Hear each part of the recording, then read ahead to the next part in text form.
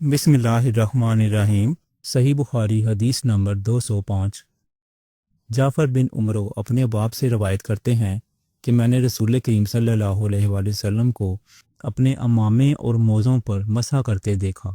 اس کو روایت کیا معمر نے یحییٰ سے، وہ ابو سلمہ سے، انہوں نے عمرو سے مطابقت کی اور کہا کہ میں نے رسول اللہ صلی اللہ علیہ وآلہ وسلم کو دیکھا، آپ واقعی ایسا ہی کیا کرتے تھے۔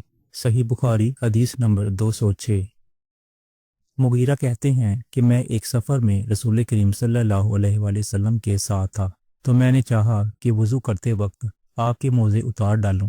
آپ نے فرمایا کہ انہیں رہنے دو، کیونکہ جب میں نے انہیں پہنا تھا تو میرے پاؤں پاک تھے، یعنی میں وضو سے تھا۔ پس آپ صلی اللہ علیہ وآلہ وسلم نے ان پر مسح کیا۔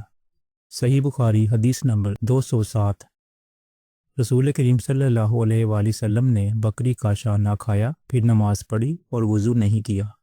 صحیح بخاری حدیث نمبر 208۔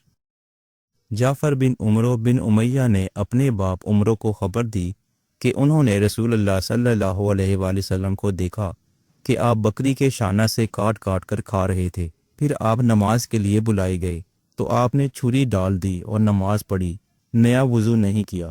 صحیح بخاری حدیث نمبر 209۔ سوید بن نعمان رضی اللہ تعالی عنہ نے خبر دی کہ فتح خیبر والے سال وہ رسول کریم صلی اللہ علیہ وآلہ وسلم کے ساتھ صحبہ کی طرف، جو خیبر کے قریب ایک جگہ ہے، پہنچے۔ آپ صلی اللہ علیہ وآلہ وسلم نے عصر کی نماز پڑھی، پھر ناشتہ منگوایا گیا تو سوائے ستو کے اور کچھ نہیں لایا گیا۔ پھر آپ نے حکم دیا تو وہ بھگو دیے گئے۔ پھر رسول کریم صلی اللہ علیہ وآلہ وسلم نے کھایا اور ہم نے بھی کھایا۔ پھر مغرب کی نماز کے لیے کھڑے ہو گئے، آپ نے کلی کی اور ہم نے بھی۔ پھر آپ صلی اللہ علیہ وآلہ وسلم نے نماز پڑھی اور نیا وضو نہیں کیا۔ صحیح بخاری حدیث نمبر 210۔ حضرت میمونہ زوجہ رسول صلی اللہ علیہ وآلہ وسلم نے بتلایا کہ آپ صلی اللہ علیہ وآلہ وسلم نے ان کے یہاں بکری کا شانہ کھایا، پھر نماز پڑھی اور نیا وضو نہیں فرمایا۔ صحیح بخاری حدیث نمبر 211۔ رسول اللہ صلی اللہ علیہ وآلہ وسلم نے دودھ پیا، پھر کلی کی اور فرمایا اس میں چکنائی ہوتی ہے۔ اس حدیث میں عقیل کے یونس اور صالح بن کسان نے زہری سے مطابقت کی ہے۔ صحیح بخاری حدیث نمبر 212۔ رسول کریم صلی اللہ علیہ وآلہ وسلم نے فرمایا کہ جب نماز پڑھتے وقت تم میں سے کسی کو اونگ آ جائے تو چاہیے کہ وہ سو رہے یہاں تک کہ نیند کا اثر اس سے ختم ہو جائے، اس لیے کہ جب تم میں سے کوئی شخص نماز پڑھنے لگے اور وہ اونگ رہا ہو تو وہ کچھ نہیں جانے گا کہ وہ خدا سے مغفرت طلب کر رہا ہے یا اپنے نفس کو بد دعا دے رہا ہے۔ صحیح بخاری حدیث نمبر 213۔ آپ صلی اللہ علیہ وآلہ وسلم نے فرمایا کہ جب تم نماز میں اونگنے لگو تو سو جانا چاہیے، پھر اس وقت نماز پڑھے جب جان لے کہ وہ کیا پڑھ رہا ہے۔ صحیح بخاری حدیث نمبر 214۔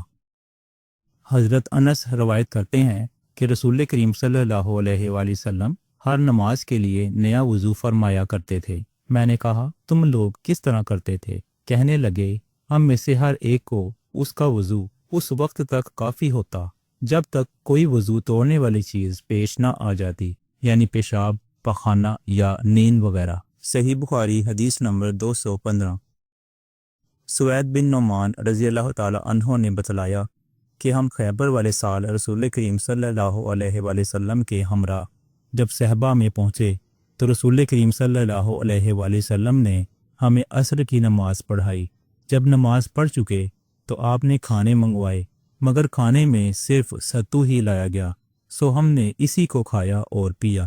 پھر رسول کریم صلی اللہ علیہ وآلہ وسلم مغرب کی نماز کے لیے کھڑے ہو گئے تو آپ صلی اللہ علیہ وآلہ وسلم نے کلی کی، پھر ہمیں مغرب کی نماز پڑھائی اور نیا وضو نہیں کیا۔